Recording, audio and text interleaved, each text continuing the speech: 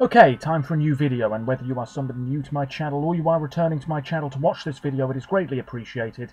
As always, I'm filming this video in one go, therefore I apologise in advance if I stumble over my words going forwards, and indeed if the quality of this video is fairly poor as well. If there's any lag, anything like that at all, sadly it cannot be helped, and hopefully it is not too much of an issue for you.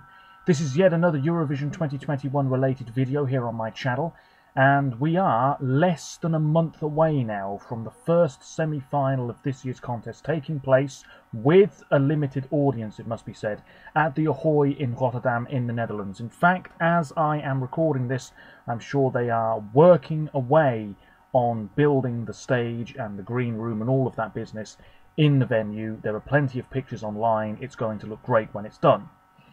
2 years ago, I made a video on my channel called Why the Netherlands Should Win Eurovision 2019. And of course, the Netherlands did go on to win that year's edition of the contest.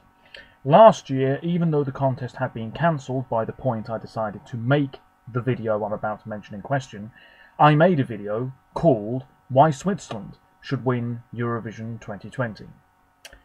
And now it's time for the third instalment in this annual series, and I'm going to be talking about Italy. Why I think Italy should win Eurovision 2021.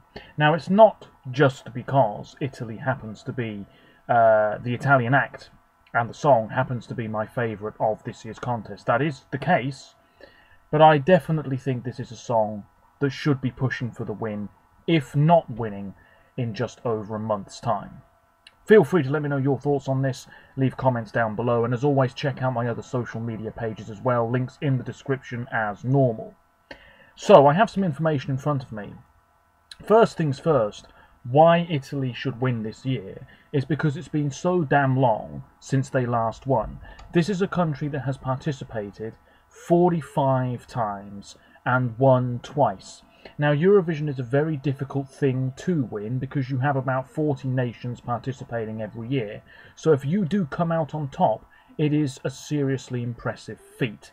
But thinking of the quality that Italy has brought to the contest ever since debuting in that very first contest back in 1956 in Lugano, it's incredible that this is a country that has only come out on top twice in the contest's history. I mean, I'm looking here.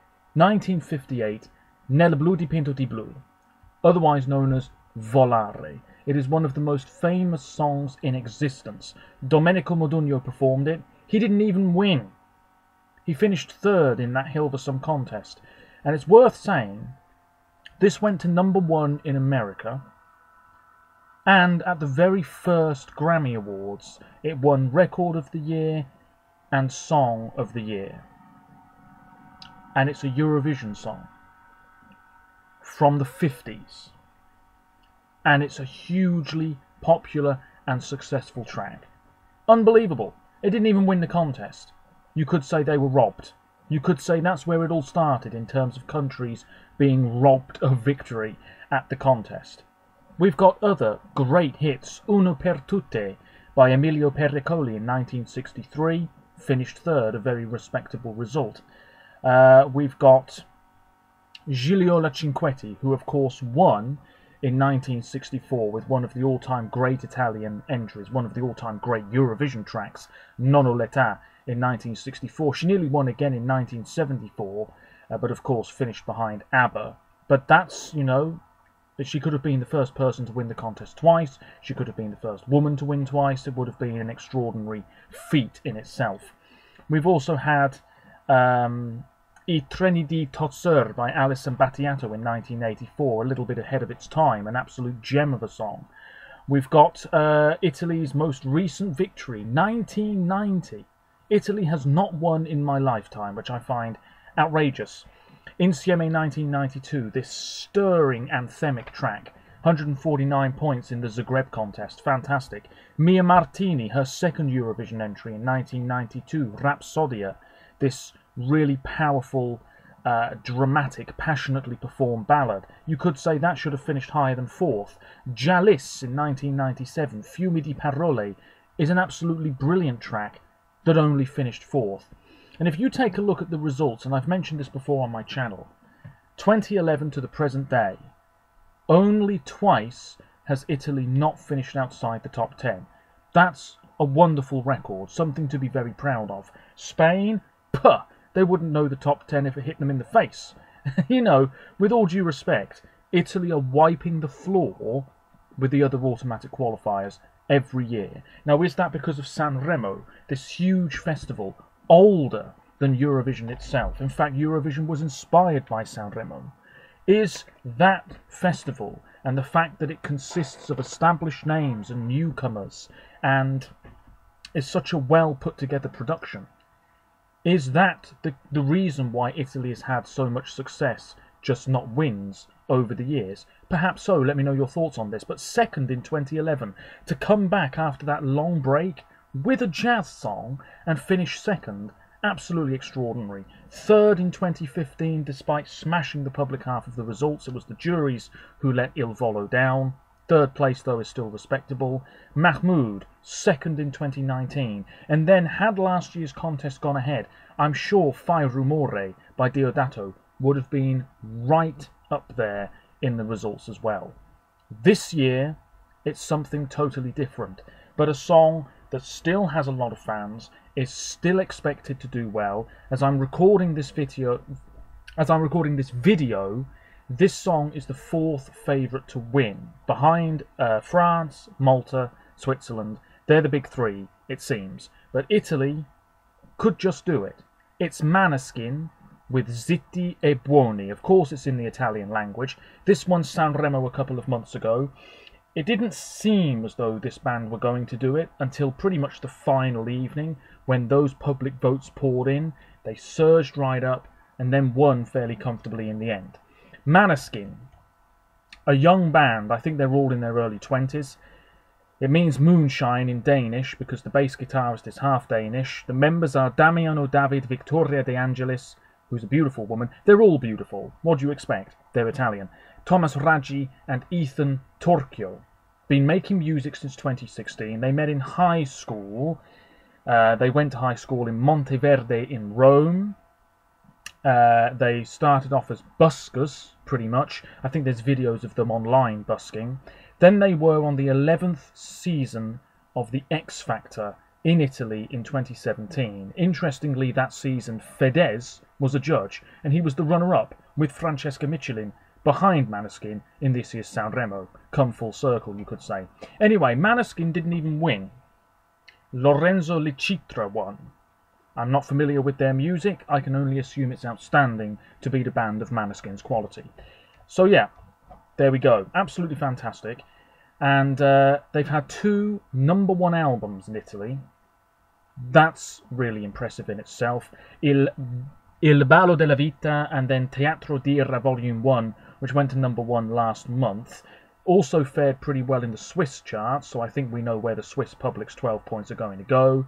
Looking at their singles, only 2 haven't charted inside the top 10. Chosen, #2. Morirò da Re, #2. Torna a Casa, #1. L'altra dimensione, #6. Le parole lontane, #5. Vent'anni reached #12. That's a great song, by the way. And then Zitti e Buoni, #2. Kept off the top spot by Colapesce di Martino with Musica Leggerissima, which didn't even finish in the top 3 of Sanremo. Surely Zitti e Buoni will go to #1 at some point. Anyway, it says here as well about the genres: alternative rock, funk rock, rap rock, stoner rock, glam rock. This is a genre-fluid band. They can do a bit of everything. They have, and they're going to continue to do so. You're not quite sure exactly what type of rock you're going to get. That's great. It means they're malleable. It means that they can dip into all of these different rock genres and try out different things, and chances are it's going to be successful. I've heard plenty of their other stuff now. It's all great. They're young, they're fresh, they've got such an identity about them. It's not forced, you know. There's nothing about this group where you look at them and you think they're trying too hard. It's just who they are. They look cool, they sound great, they've got such a striking image. And there's no doubt, as far as I'm concerned, that in a few years, certainly if I was Italian, I'd be probably thinking this already, you know, you could listen to 10 seconds of a new song on the radio And you wouldn't even have to wait until the end of the song to find out who it is. You just know straight away, oh, this is Manuscript. This is the sort of thing that they do. Or they're trying something different. Great, Manuscript are known for that. You know, that sort of thing. Anyway, Zitti e Buoni is just tremendous. I made a video a couple of weeks ago listening to the song again, and it's ended up being one of my most successful videos, and I'm blown away by the amount of comments I've had on it. But it's such a great song. When was the last time a band won Eurovision? Lordi, 2006. What type of song was it? A rock song. We don't get enough bands in Eurovision as it is. We don't get enough bands in national finals. So the fact that Manuscript won Sanremo, which I know is not strictly speaking a national final, is terrific in itself. We don't get enough rock songs at Eurovision. This is a great one. Now, I know that we have the Finnish entry as well, Dark Side by Blind Channel, but that's a different type of rock. That's got this sort of new metal Linkin Park thing going on. This is a lot more different. It's definitely rock. There's a touch of the bluesy about it. It's got a touch of the indie about it. It's definitely got some sort of glam rock thing going on. I mean, the music video is just so striking.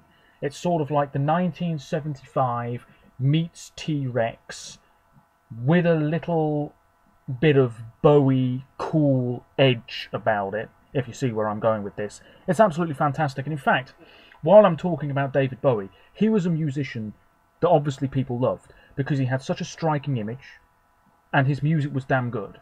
People wanted to watch him because he was attractive and his music was great. It was a win-win. Manuscript, they're like that. You want to watch them because they're good looking, but also because their music is damn good. It's a win-win. Next month, people are going to be blown away by the performance. If it's anything like what it was at Sanremo, you're in for something special.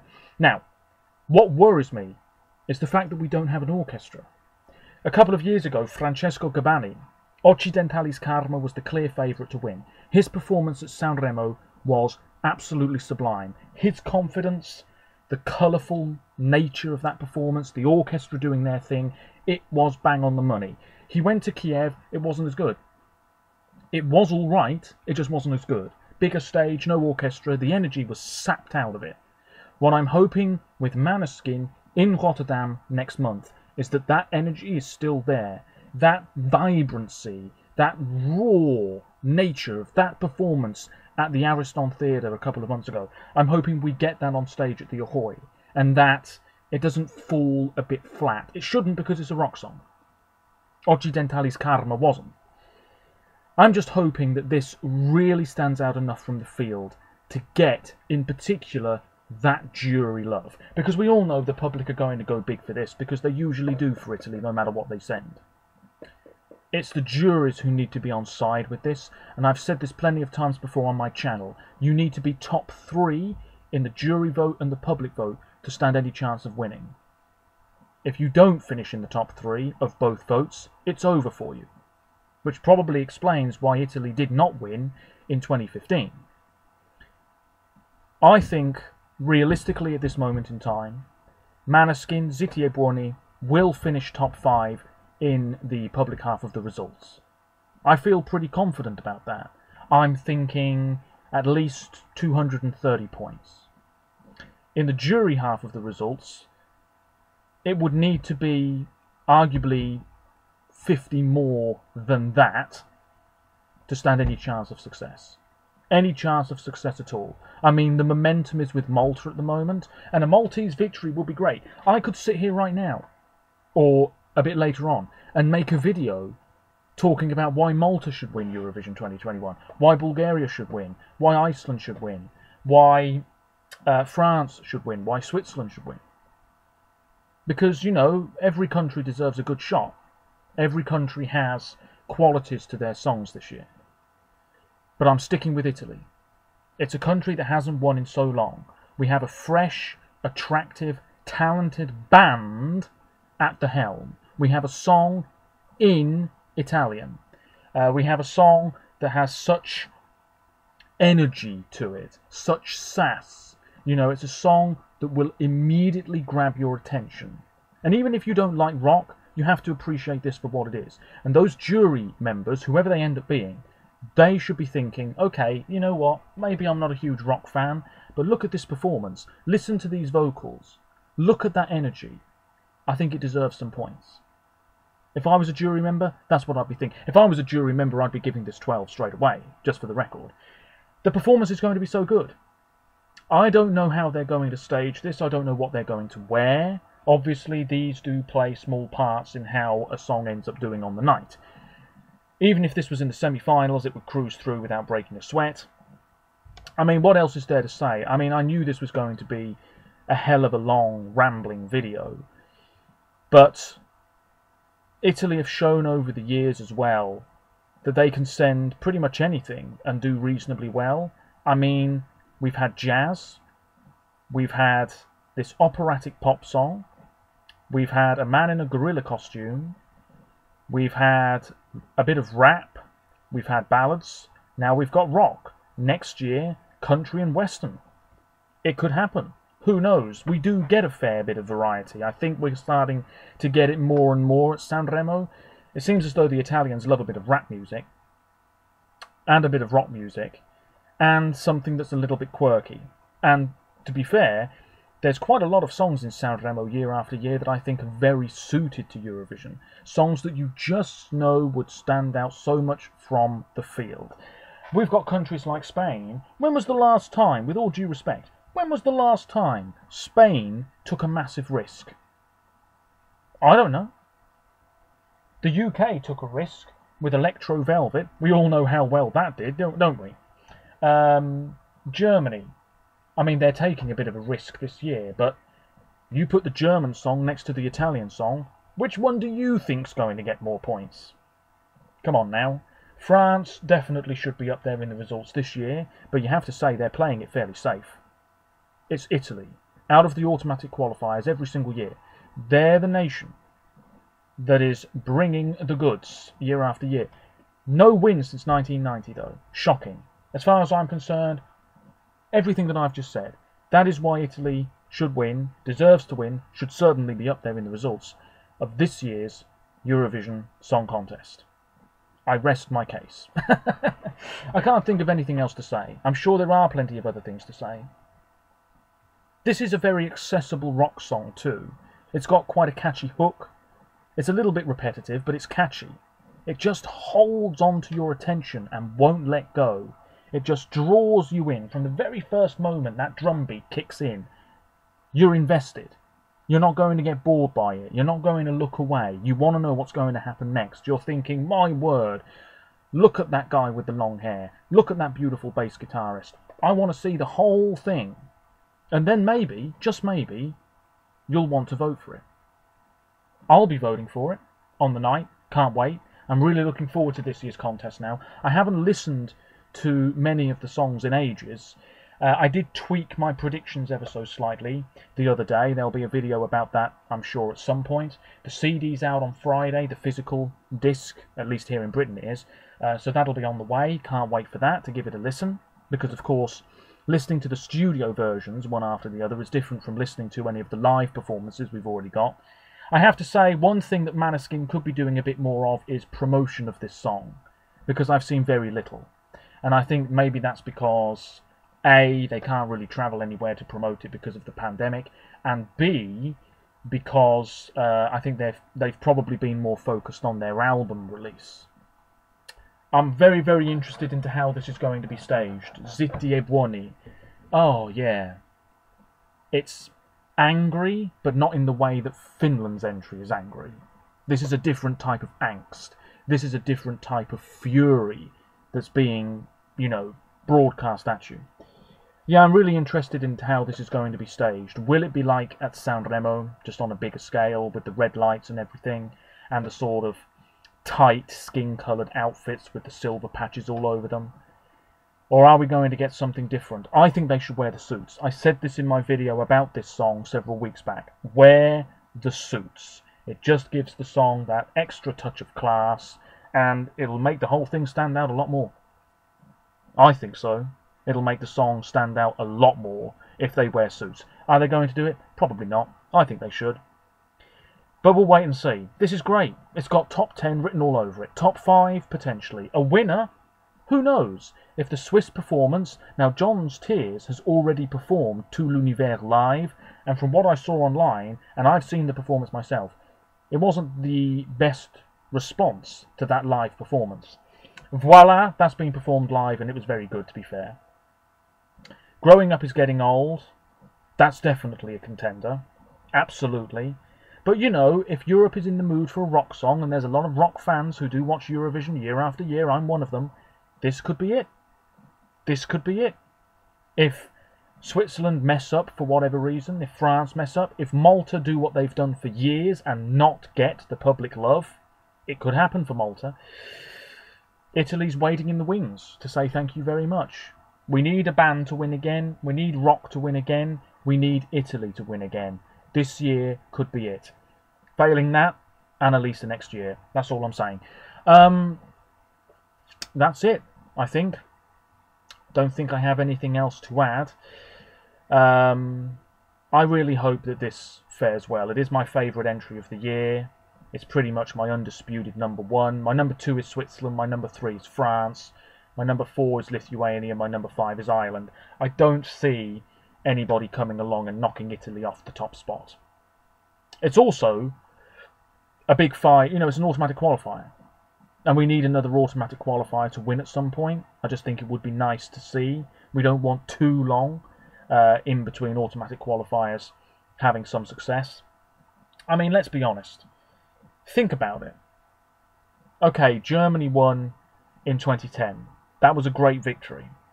Germany aren't going to win again anytime soon. No, no, no. I don't see it happening. Maybe next year they'll surprise me, but it ain't happening this year. France could win this year, but if not, it might be quite a while before we get, you know, a Paris contest again. Spain, come on now. And then the UK, I mean, come on now. It's going to be quite a while, I think, before the UK really hits top form again, if at all. So it's Italy. It's Italy who are going to win next. Surely, if not this year, then within the next 3 or 4, we will get a contest in Italy. Will it be Milan 2022? Turin 2022? I'm not fussed where the hell it is in Italy. As long as fans are back, full capacity, and I would do everything to try and go. What with a contest potentially being staged in Italy, you know the grand final would last about 6 weeks. Because if it's anything like Sanremo, it'll just go on and on. Bedtime does not exist in Italy. I think we've firmly established that now. Oh yeah, that's another thing I wanted to mention. I think it would be great for the country. Italy's had it rough, hasn't everybody, over the past year and a half. But Italy really found it tough going a year ago with the pandemic, wreaking havoc, particularly in certain areas of Italy. It was all over the news here in Britain. And it didn't look good. People were singing from their balconies. They were singing Fai Rumore, as a matter of fact. So to come back and win, I think it would be a really uplifting thing for the Italian people, for the Italian music scene. It would be a very wonderful moment indeed. And then to have the contest in Italy next year, when hopefully things have calmed down enough so that a sense of normality is really starting to come into effect once again. To have a full capacity crowd for an event like Eurovision, which brings so many people of different nationalities together to celebrate music, it would just be a truly special event. And I would try and be there. Oh, fantastic. Milan, Turin, it's likely to be one of those two. That's where the big arenas are. Oh yeah, sublime. Sublime. Can't wait. Really fantastic. And you know, I think it would be a worthy winner. I really do, Zitti e Buoni. I feel as though Voila, you know, the French song, if that won, great. Will people be loving it as much in a few years? Does it have longevity? I don't know. It's a terrific ballad. If it wins, great. I'm all for it. Paris 2022, here we come. But I don't know. Valletta 2022. I mean, that would just be a monumental event. It would be easily the biggest thing ever to be staged in Malta, I would assume. But no. As much as I love the Maltese song, gotta be honest, I'm Team Italy all the way. I'd love to see the UK do well. I'll be honest, I can see James struggling for points. I really can't see that happening, unfortunately. But yes, let me know your thoughts. Will Italy win this year's contest? Do you think Manuscript are in with a chance, or do you think it will flop on the night? If you're not a rock fan, let me know if you actually think that this is a really credible entry indeed, or whether you're just not that into it. Do you prefer Finland's entry? Who's going to finish higher? Because surely Finland will qualify from that tough semi-final. The second semi, isn't it? Both semi-finals are tough. Do you think Finland will finish above Italy? Do you think Italy will even make the top 10? Do you think Italy will actually get a lot of jury love and not a whole lot of public love? Whatever it is, let me know. This has been a shockingly bad, rambling video. I do apologise, but I wanted to make as many points as possible. And I just think it's a really smashing track that deserves to do well. At least, in total, at least 350 points. That's not enough to win. But if Italy, if Manuscript do not get at least 350 points, it's a crime. It's a crime. I mean, the winning entry this year will probably end up with about 550 points. I think it's going to be a fairly close result. I can certainly see it being fairly close, going down right to the wire. Could be between Destiny and Tussa. Could be between John's Tears and Destiny. Could be between Manuscript and Victoria. You just don't know. Could be between Barbara and Daddy and Gagna Magnit. Who knows? But we're going to find out in just over a month's time. I can't wait. The stage looks fantastic. It's going to be absolutely terrific when it's finished. Can't wait. That's it now. I'm fed up of talking. Let me know your thoughts. Hopefully the quality wasn't too bad. Roll on Eurovision 2021. Good luck to Manuscript. Good luck to Italy. I wish you well. Take care of yourselves. More videos coming soon, all being well. Bye for now.